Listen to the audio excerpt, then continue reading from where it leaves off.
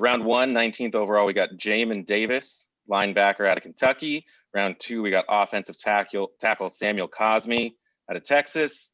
Round three, we got cornerback Benjamin St. Juste out of Minnesota. Later in round three, Dyami Brown. That was our comp pick, I think, from San Francisco. Wide receiver out of North Carolina. Round four, we got John Bates, tight end out of Boise State. 5, we got Derek Forrest, safety out of Cincinnati. 6th, we got long snapper Cameron Cheeseman, great name, out of Michigan. Round 7, we had 3 picks. We got William Bradley King, an edge, Shaka Toney, another edge, and Dax Milne, wide receiver out of BYU.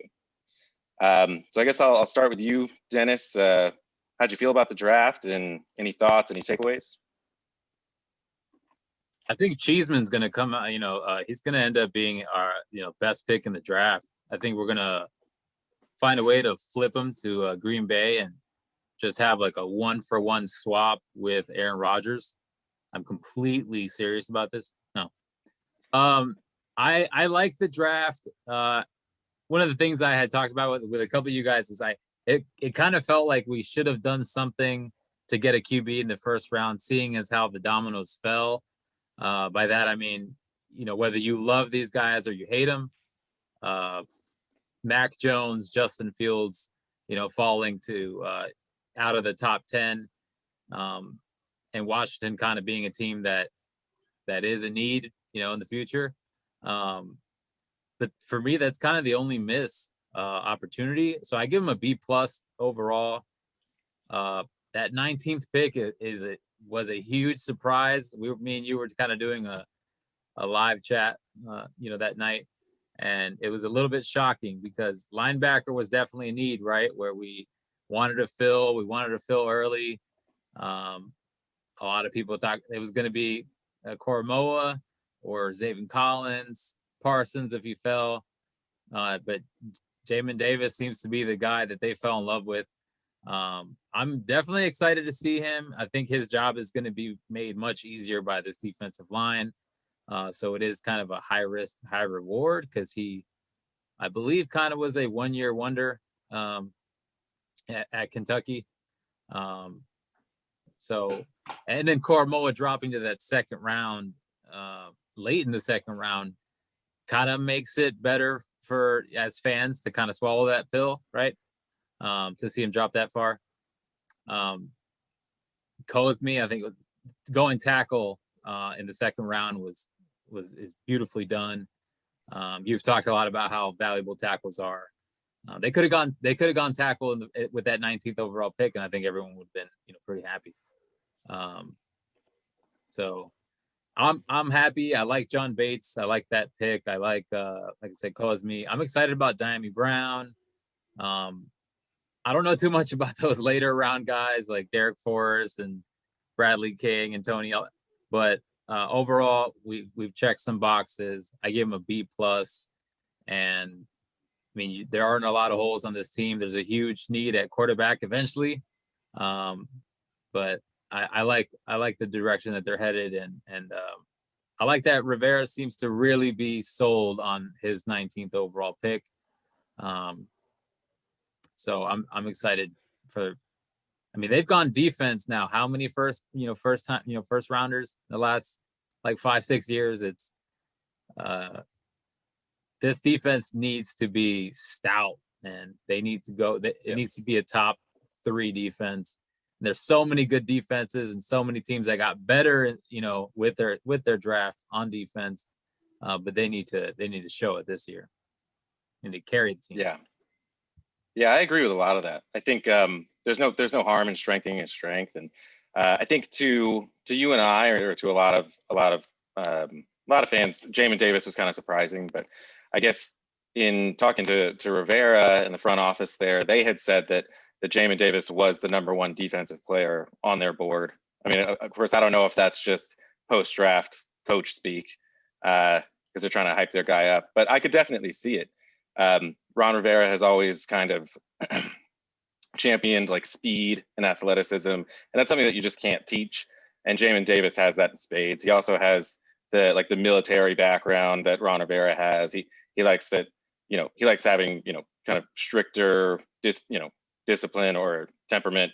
So apparently Jamin Davis was their guy all along. And yeah, and I agree. It makes you feel better as a fan because after night one, you see we don't take Owusu Koromoa, but he ends up not going until the end of the first round or the second round. So the NFL knows something that we don't. So it seems like it was probably the right pick if that many other teams kind of passed on him.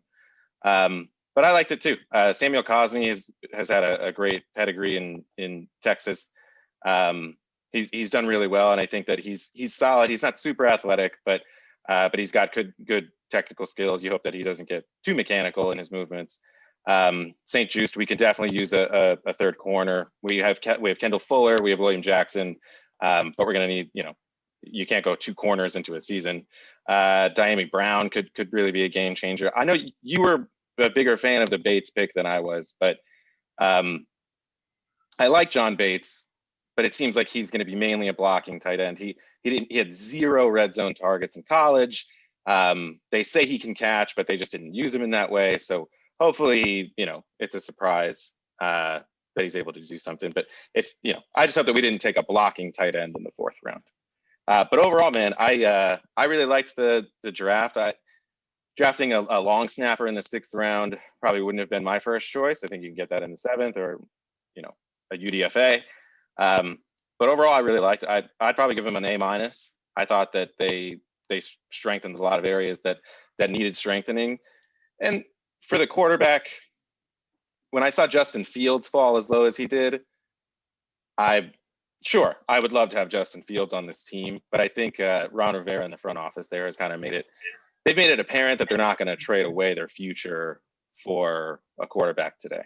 They want to operate with like at least, 8 draft picks every year. I think I've heard them say that. So that doesn't surprise me that they didn't trade up for him. So, we'll see what we got with Fitz, and maybe Heineke or Allen turn into something. But I think it's great. And in the division that we're in, I think that it'll be plenty, and hopefully we can either develop something from the inside or maybe get that quarterback next year.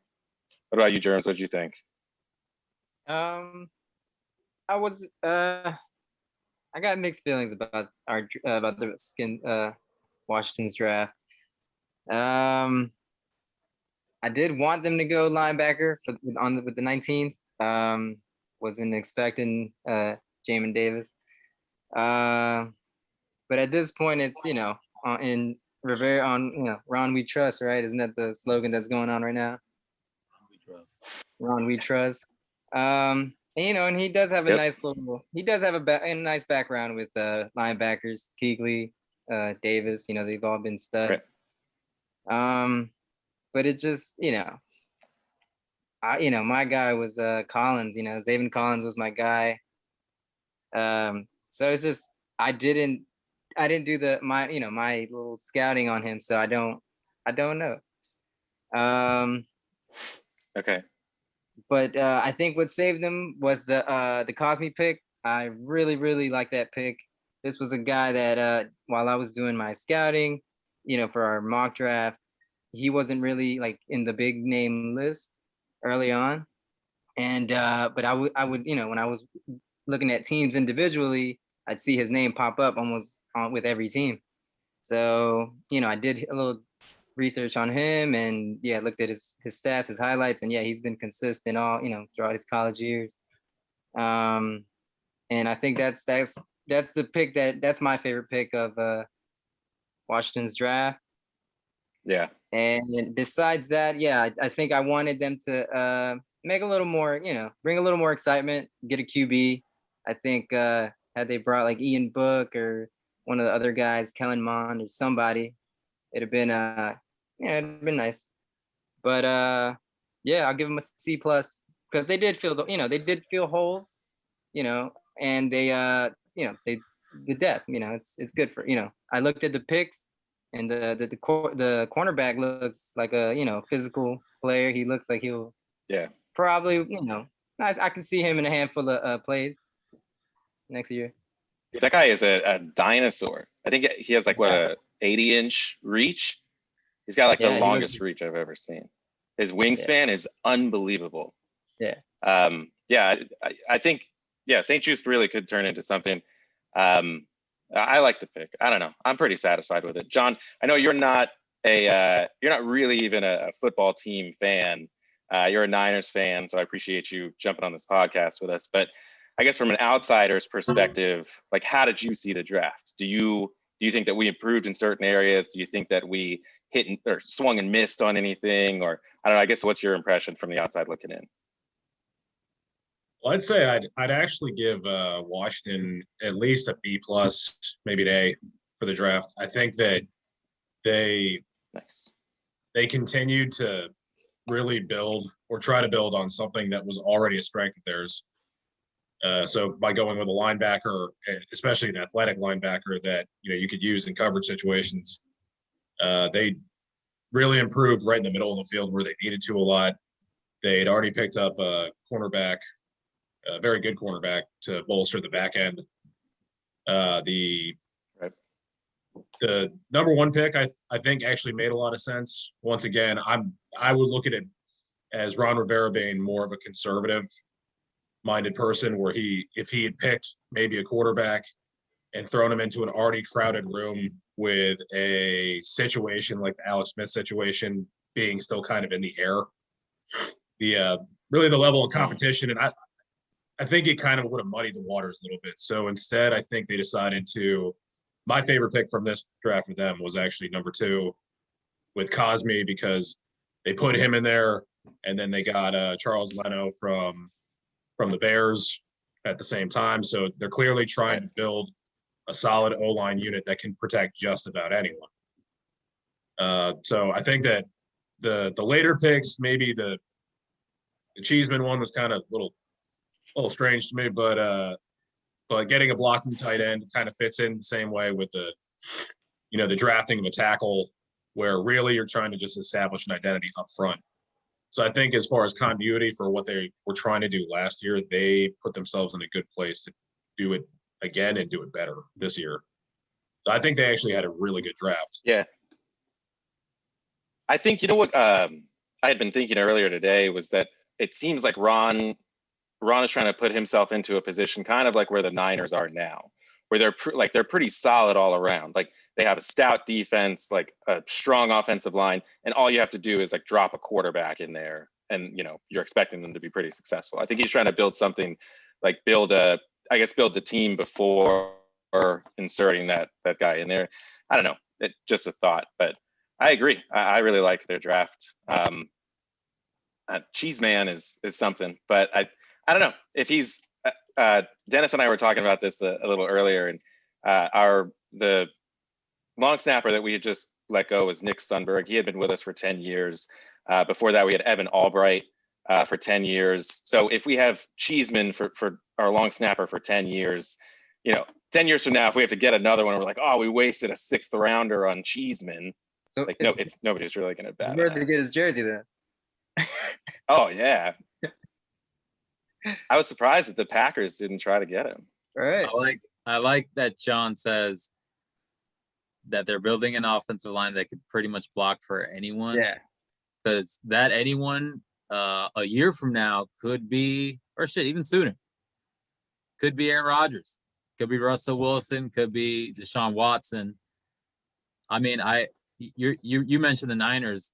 The team that comes to my mind is the Buccaneers, where they built an offensive line that made it really intriguing for a guy like Tom Brady to want to go over there, because that offensive lineman is as clean, that pocket is as clean as you can get down there in Tampa. And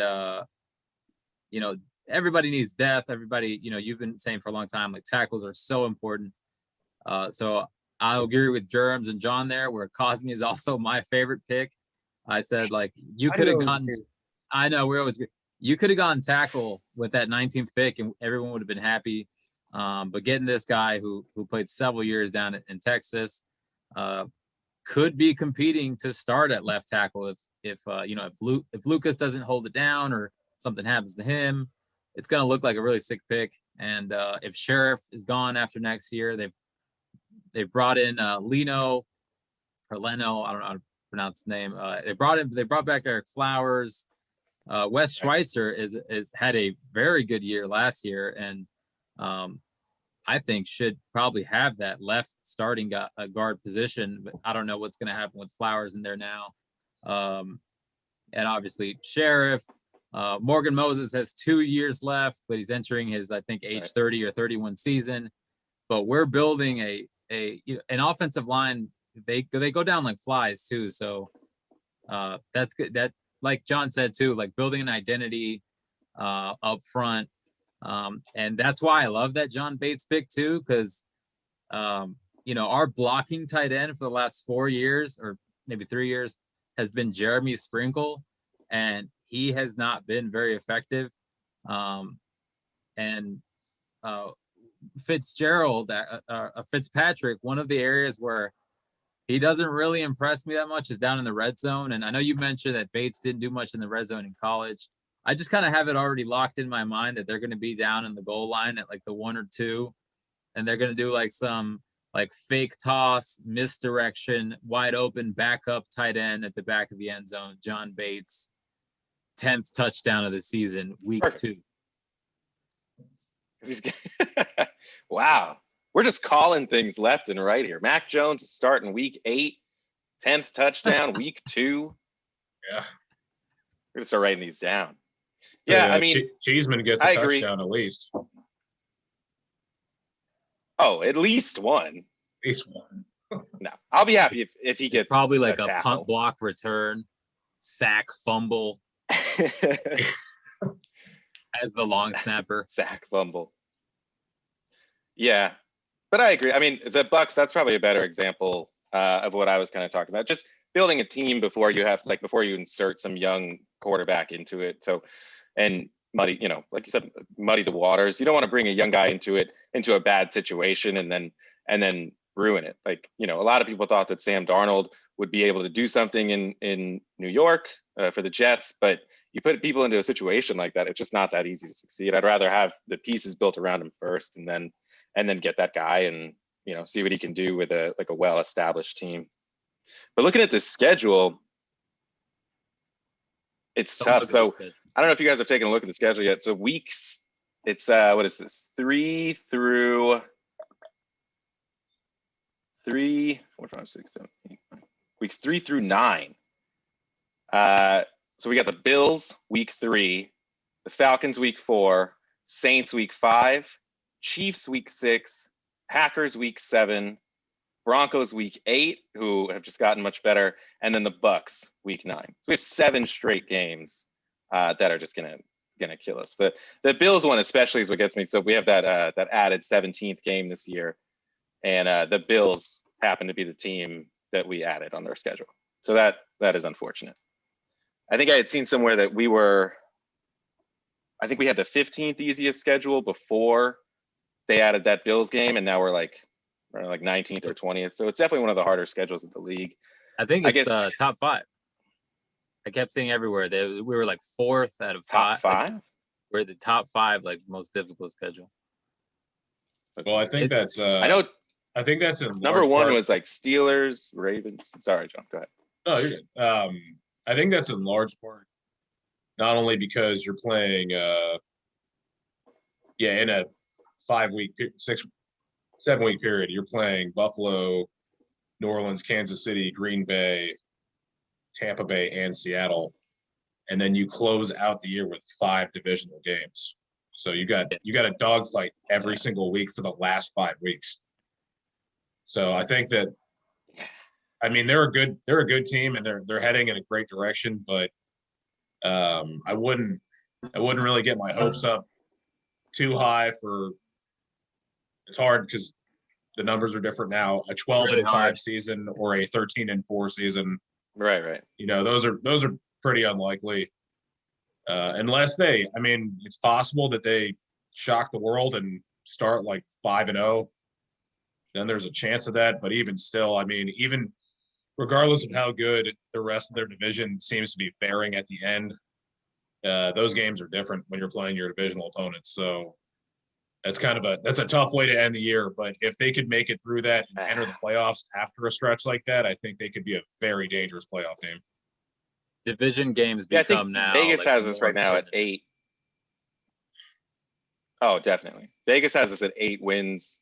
You guys going over that or under that? So John, I know that you said that 12 is out the window, which I think everyone here would agree. Yeah. What do you think? 8. So 8 would be under 500 now. They would be 8 and 9. I was going back and forth between 9 and 8 and 10 and 7.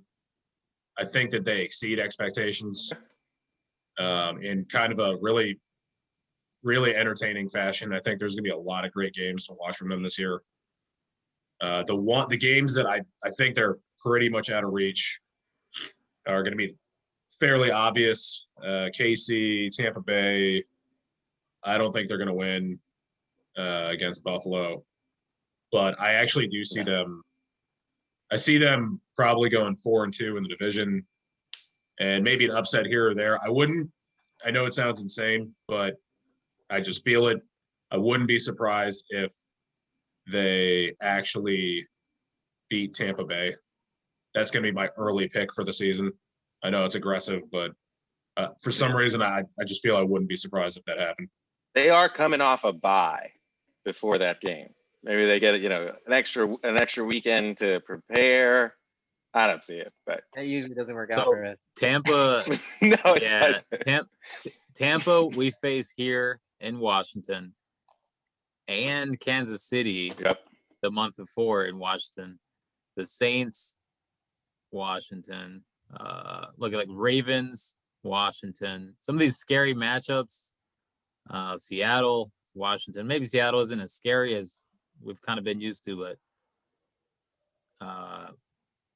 man, this schedule is I don't remember a schedule being this crazy. But what comes to mind also is these teams, when they look at Washington on their schedule, it's going to be a completely different feeling, right, for those fans than it's ever been in maybe the last 30 years. Because no one wants to see this team. No one. Especially, not our defense. Defense, yeah. And now we could potentially have the most danger. I saw a stat where, man, I forgot who the quarterback was, but it was something like we haven't had a quarterback that's thrown 30 touchdowns in the last 30 years. No, since Sonny Jurgensen in like 1979. I forget who the quarterback was that they were discussing, but that's like 40 years. Like, maybe really? Kirk never threw 30. Wow. I think 31 was the number, but Fitzpatrick could Oh do yeah, Kirk something. threw 30 once. Yeah, you're right. Could do something on this offense that hasn't been done in a really long time, and I'm hopeful for that. There's a ton of weapons. I kind of wish, going back to the draft, I kind of wish in the third round, because they filled all the holes, but kind of in different orders. Like they went tackle in the second, they went corner in the third. I really liked that they got a corner, because I think that we needed a corner. So they filled a lot of needs, like we talked about. I really wish. I just completely went blank. I have no idea what I was going to say. You wish that they'd Perfect gone in a timing. different order. You wish they'd gotten Darisaw in the first, or I don't know. I don't know either, bro.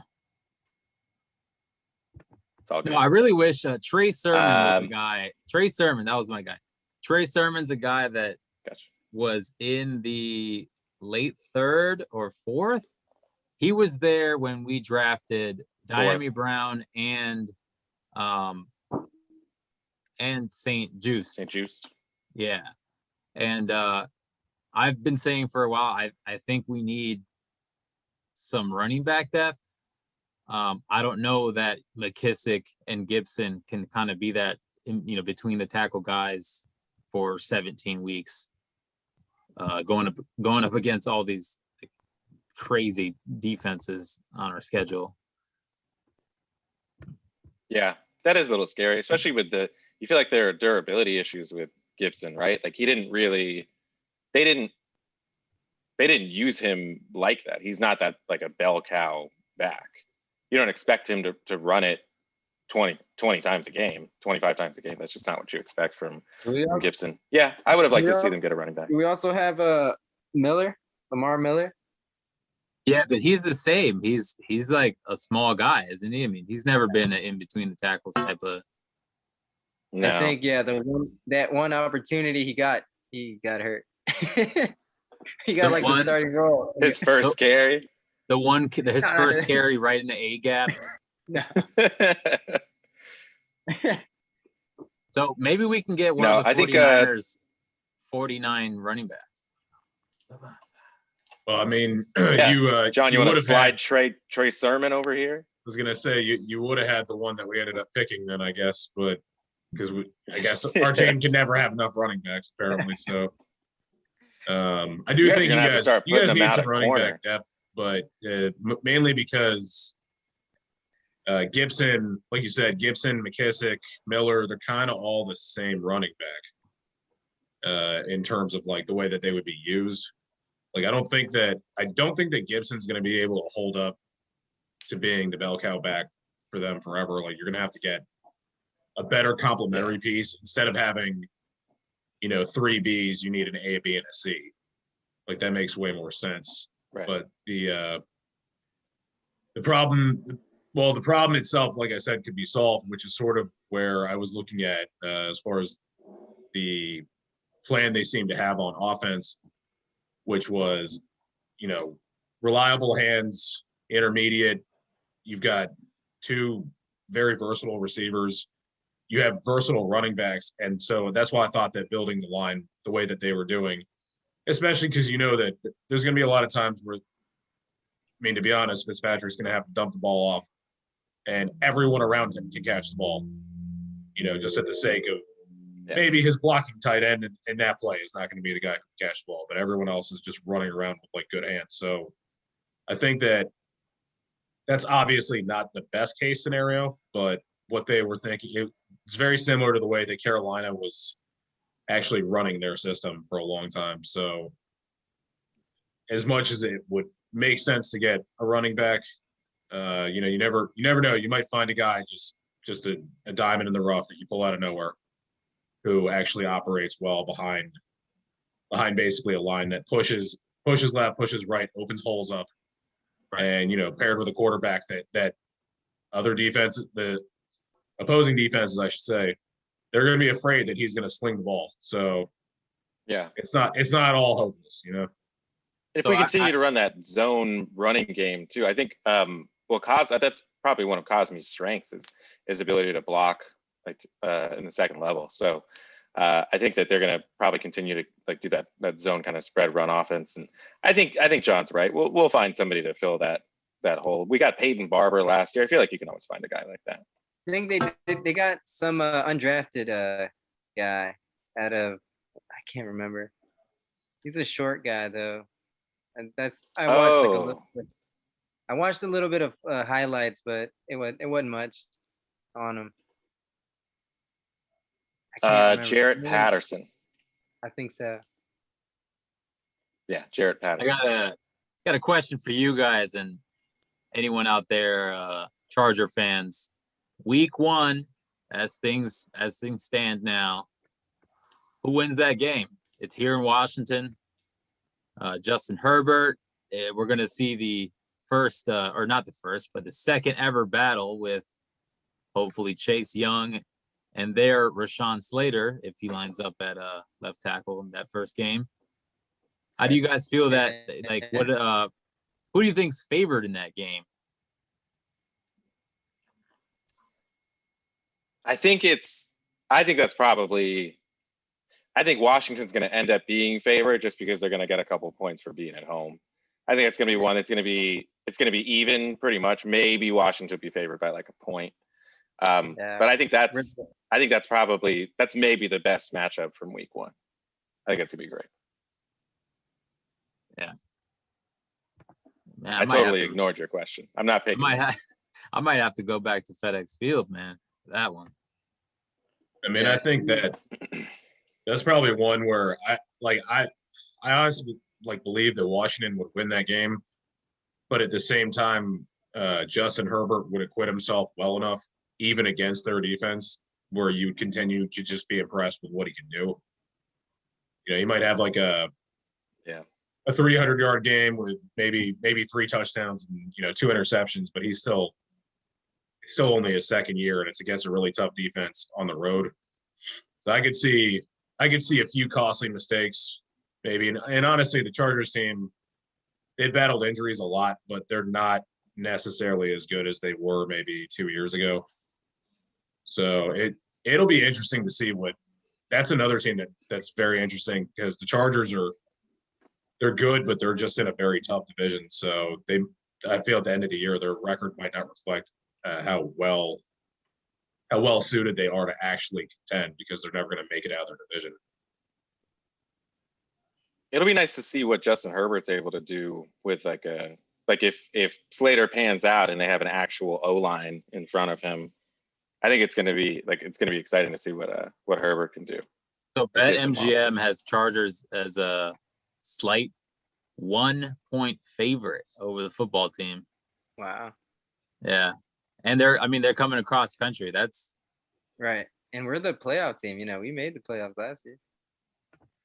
They didn't, right? That's crazy that we made the playoffs. No. But yeah. Did they have a better record than Washington, though? That's the question. No, I think they were 6-10. But they also have to play the Chiefs twice a year. Yeah. The Broncos were pretty good last year. Yeah. And they had a ton of injuries. The Chargers have won 4 of the previous 5 meetings for whatever that's worth. But they have lost 4 out of 5 at Washington, the last game being in 2013. These are kind of useless stats. Those head-to-head stats never make any sense. They do that on Monday Night Football, where they say the Redskins and the Giants, their all-time record. We're talking about games that happened 60 years ago. Why does that matter? Half those guys are dead. Yeah. The Baltimore Ravens are 1 for 6 when it's 2nd and 25 after 8 o'clock. What does that even mean? Oh, dude, baseball is the worst about that. He's the first left-handed pitcher to throw that many strikeouts in this stadium, against a divisional opponent. It's this is completely meaningless. Someone's going to be the first eventually, game. man. It's going to happen. Right. I hate how they just pluck those stats, meaningless stats out of anywhere. So we're gonna see Rashawn Slater against Chase Young. We're gonna see Jamin Davis, possibly if he's that starting middle linebacker, facing off against a young Justin Herbert. I'm getting excited, man. Mac and Eckler around. It's gonna be great. So I think we had John at 9.5 wins. D'Lo, record for next year. How many wins? What's the over under? You said it's 8. It was 8. I'm gonna go 8. They're gonna go 8, 9. 8 and 9. Yeah. I was extremely hopeful going into the off season, and I think I've getting a little bit more realistic about this. It was just when this schedule came out. This schedule is brutal. And hey, that's what these divisional games are going to be so crucial. Because we could be only having 4 wins, and then we get to that last 5-week stretch and we go 4-1, and we get 8 games and we slide into the 6th seed or something like that. Didn't that happen in 2012? We were 3-6 in 2012. We won the last 7 games in a row, I think, to go 10-6. Is that Todd Collins? We could do it. That's Todd Collins, right? Is it Carson Palmer? That had to have been. I think Todd Collins' year was 2007 or something. I think that was the year. I think that was the year that Sean Alexander was the MVP, and then Todd Collins was still 47 years old back then. So, hey, Todd Collins took us to the playoffs, man. And then nothing happened, but He Collins, survived. he His he hips survived. survived.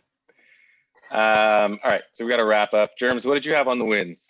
I'm gonna go with 9 wins, and I'm gonna say we are gonna beat the Chargers week 1, and we are gonna sweep the Eagles and the Giants. We're gonna sweep the I like it. Giants. We're gonna sweep the Giants. I would love that. Gotten so much hate from Giants fans over the last couple months. Yeah. Okay, yeah. With me telling can them see that it. they So have we play 'em- 17 defensive backs. we play them week 2. It's at home. Should win that, right? We're gonna be fresh coming off of a stomping of the Chargers. We'll be feeling great about ourselves. Mhm. And then we don't play them again until week 18. Week Last 18, game of the yeah. season. Yeah. Could be fighting for a playoff spot or for seeding.